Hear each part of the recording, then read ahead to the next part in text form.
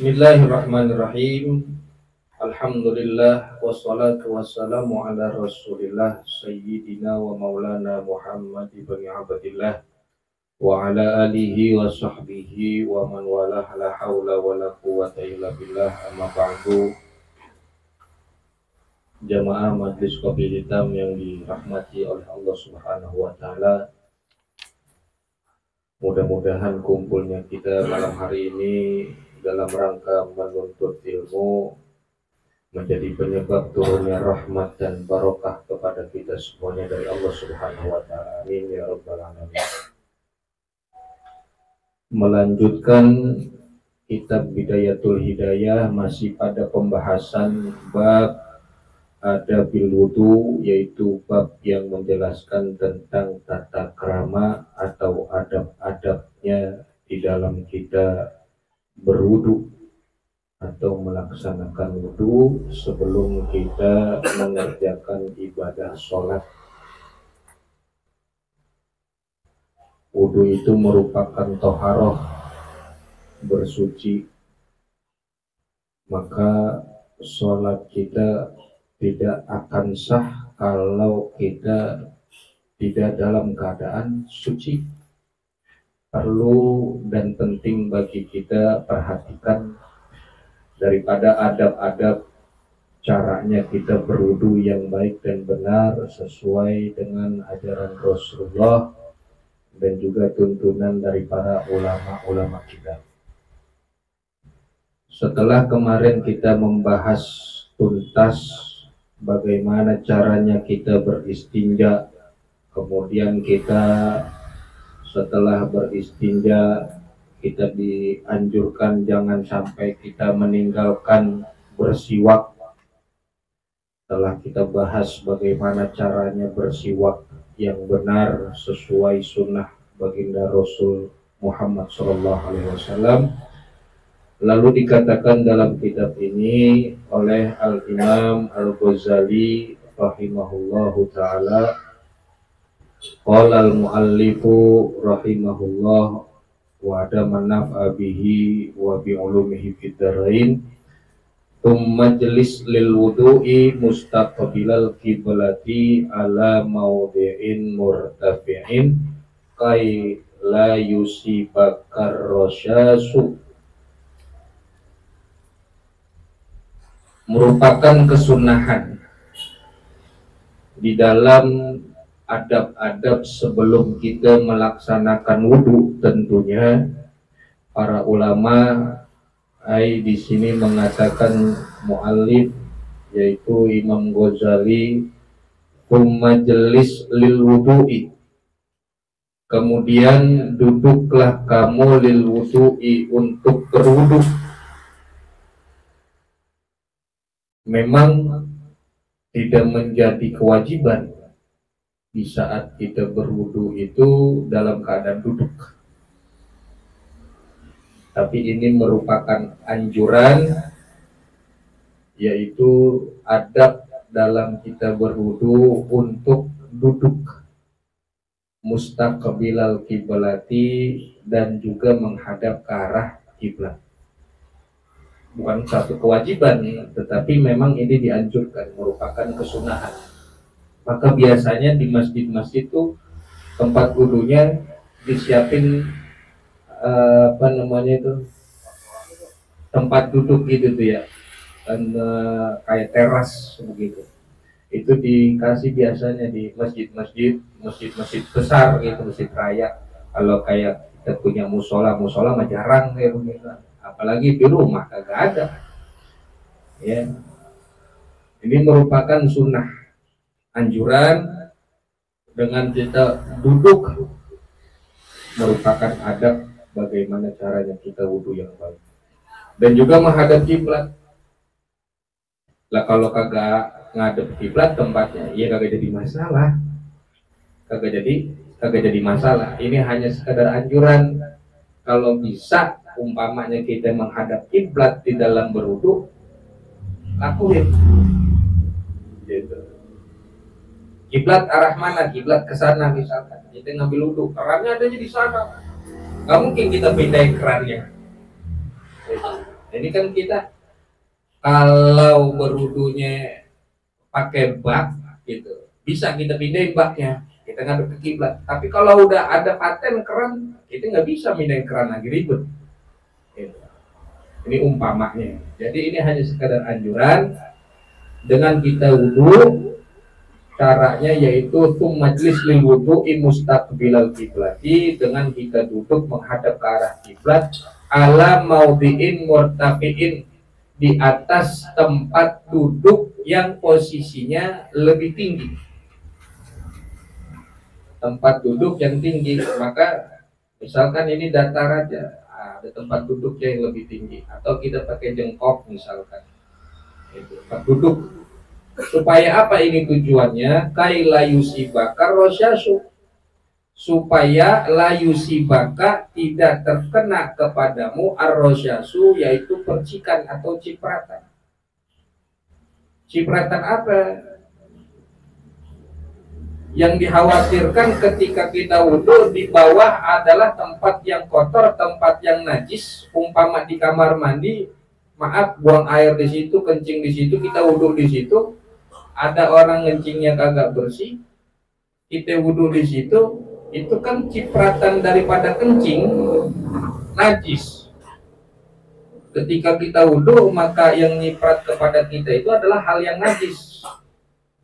Maka tujuan daripada kenapa wudhu itu harus duduk di tempat yang tinggi, agar terhindar daripada cipratan najis atau kotoran. Itulah.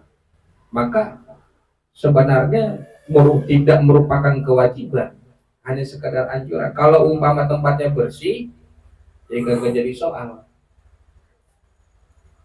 Umpama kita wudhunya pakai cidukan kayu, nggak pakai keran, kan yang nyiprat itu nanti yang khawatirnya adalah hal yang najis.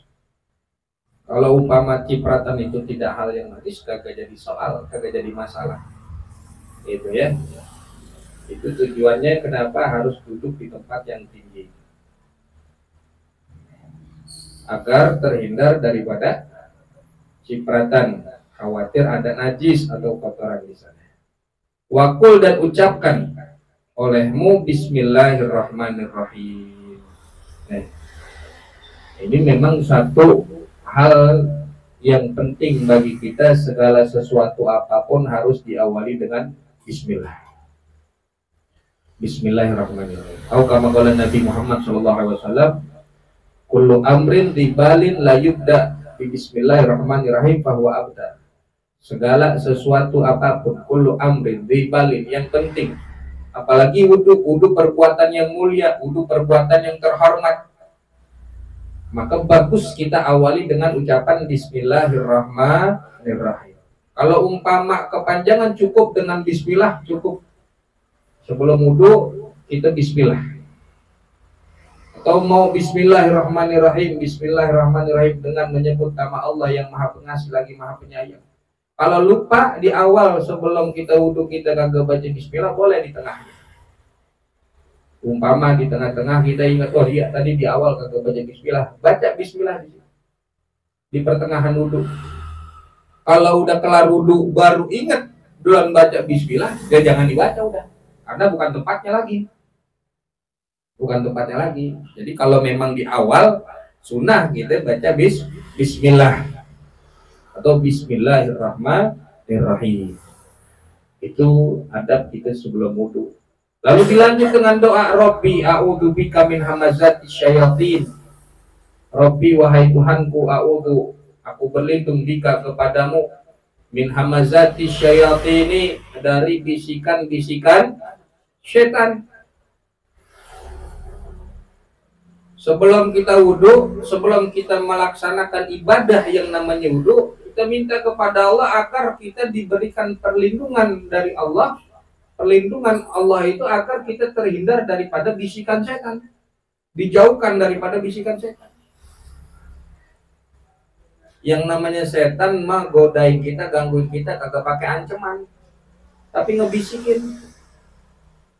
Dan setan itu menggoda kita dari segala arah. Jangan nonton sinetron, setan godanya dari sebelah kiri doang, agak dari kanan iya, depan iya, belakang iya. Itu setan dari segala arah, 4 arah. Itu setan.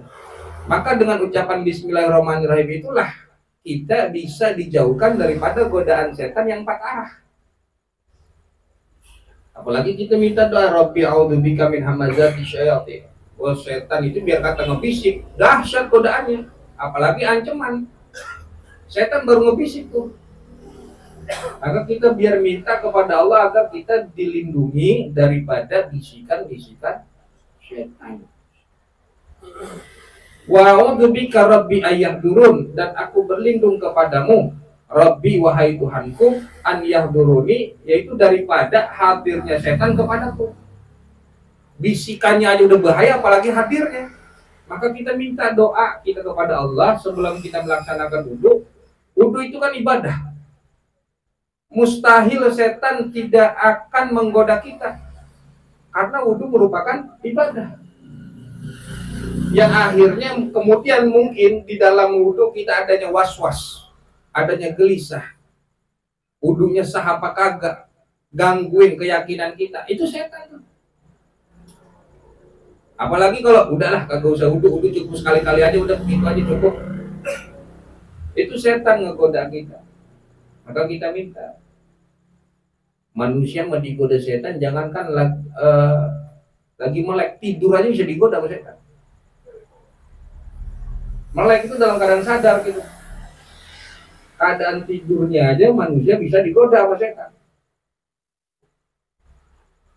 Maka kita minta kepada Allah, apalagi ini perkara ibadah, berwudu. Kita minta agar kita dijauhi daripada bisikan setan. Tsumma, kemudian iksil, cucilah olehmu yadaika akan kedua tangan salasan. Yadaika akan kedua tanganmu salasan sebanyak tiga kali. Qabla an tudkhilahumal ina'a, sebelum kamu memasukkan keduanya ke dalam wadah. Ini perkara kalau kita wudunya pakai wadah, pakai bak misalkan. Kalau wudu pakai wadah, pakai bak, berarti kan airnya air sedikit, bukan air banyak sifatnya. Kalau air sedikit, air yang tidak sampai dua kula. Umpama itu air kejatuhan najis, maka itu air jadi air najis. Maka kenapa disunahkan, merupakan anjuran sebelum kita wudu kita cuci tangan dulu 3 kali. Karena itu tadi, umpama kita wudunya di air yang sedikit, kalau kita main ciduk aja dan tangan kita masih ada najisnya, maka kita berwudu dengan air yang tidak suci. Air yang udah kena najis tadi tercampur dengan tangan kita, maka kita sunnah untuk mencuci tangan kita, membasuh tangan kita terlebih dahulu dengan air. Kita bersihin dengan air yang lain, jangan pakai air yang kita mau pakai buat air wudu. Bersihin dulu 3 kali, ya. Bersihin tangan kita, dicuci sebanyak 3 kali, baru kita wudu. Umpama kalau wudunya pakai air sedikit tadi, atau tangan kita kotor, habis makan, itu main kopok aja di tempat air yang bakal kita wudu, lah jadi butek. Mending butek lah, ada sisa cabai segala macam bekas makan. Wudu pakai air kobokan gitu, dia kata nggak apa-apa gitu.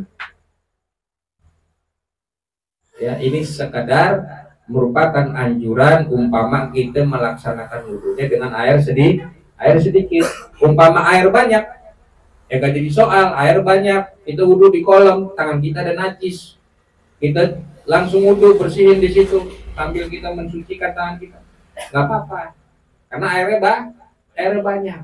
Ini kan al-ina itu bejana, wadah yang kalau kita isi airnya kagak banyak, masuknya air sedikit. Kalau kita wudunya di kolam, kayak dulu ada kita punya masjid di depan, nah itu kan wudunya di kolam tuh, itu nggak apa-apa, itu airnya lebih dari 2 kula, malah lebih banyak, itu nggak apa-apa, nggak jadi najis airnya. Umpama tangan kita pun ada najis, nah itu merupakan sunnah tangan kita dicuci terlebih dahulu sebanyak berapa? 3 kali sebelum kita memasukkan tangan kita untuk berwudu. Dan juga wakul, dan ucapkan olehmu Allahumma inni as'alukal yumna wal barokata wa a'udzubika minasyu'mi wal halakah.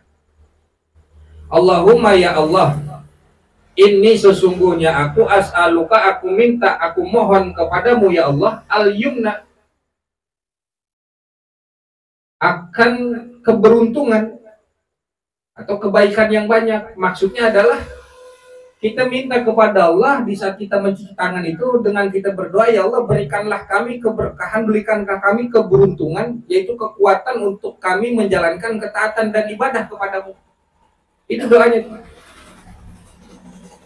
Dengan kita mencuci tangan, kita mau bersihin sebelum kita wudhu, ya Allah berikanlah kami keberkahan dan kebaikan yang banyak, keberuntungan, atau kami minta kekuatan untuk menjalankan ibadah dan taat. Karena kamilah tidak kuat, tidak punya kami kekuatan untuk menjalankan ibadah kecuali kekuatan itu datang dari Allah. Kita bisa berdiri tegak takbiratul ihram, melaksanakan sholat sampai selesai, sampai salam, itu kekuatan datangnya dari mana? Dari Allah. Bukan karena kita yang melaksanakannya itu kuat, enggak. Tapi la haula wala quwata illa billah, tidak ada daya, tidak ada kekuatan, tidak ada upaya, semua itu kecuali dari Allah datangnya. Maka kita minta, ya Allah berikanlah kami kekuatan untuk taat, berikanlah kami kebaikan, keberuntungan, juga keberkahan. Wa a'udzubika minasyu'mi wal halakah, dan aku berlindung kepadamu ya Allah minasyu'mi wal halakah, daripada keburukan, celaka. Asyu'm itu celaka, wal halakah dan kehancuran. Atau ada doa lain, Allahumma fat yadaya, ya Allah jagalah tanganku minal ma'asi, min ma'asika, daripada maksiat kepadamu. Doa begitu, biar tangan kita diberikan perlindungan, penjagaan dari Allah, agar tangan kita tidak melaksanakan maksiat kepada Allah. Di saat kita mau wudhu, terus ini sebelum wudhu kita bicaranya ya, adab-adab sebelum wudhu ini. Kita minta, ya Allah biar tangan saya diberikan penjagaan untuk tidak melaksanakan maksiat. Atau ya Allah berikanlah kami keberkahan, berikanlah kami kekuatan untuk menjalankan ibadah, dan jauhkanlah kami daripada kehancuran, keburukan. Ini bisa jadi karena keburukan itu mulai bisa dari tangan juga. Orang bisa nyuri, orang bisa maling, karena punya tangan. Masa dia maling nyomotnya pakai mulut? Tangan. Biar kata digesu dulu pakai kaki, ada duit digesu. Kita ngambil ya? Lu pakai tangan. Dia gagal. Orang maling motor lo pakai tangan. Jaga nih keburukan nih dari tangan, biar Allah jaga gitu, dihindarkan daripada maksiat.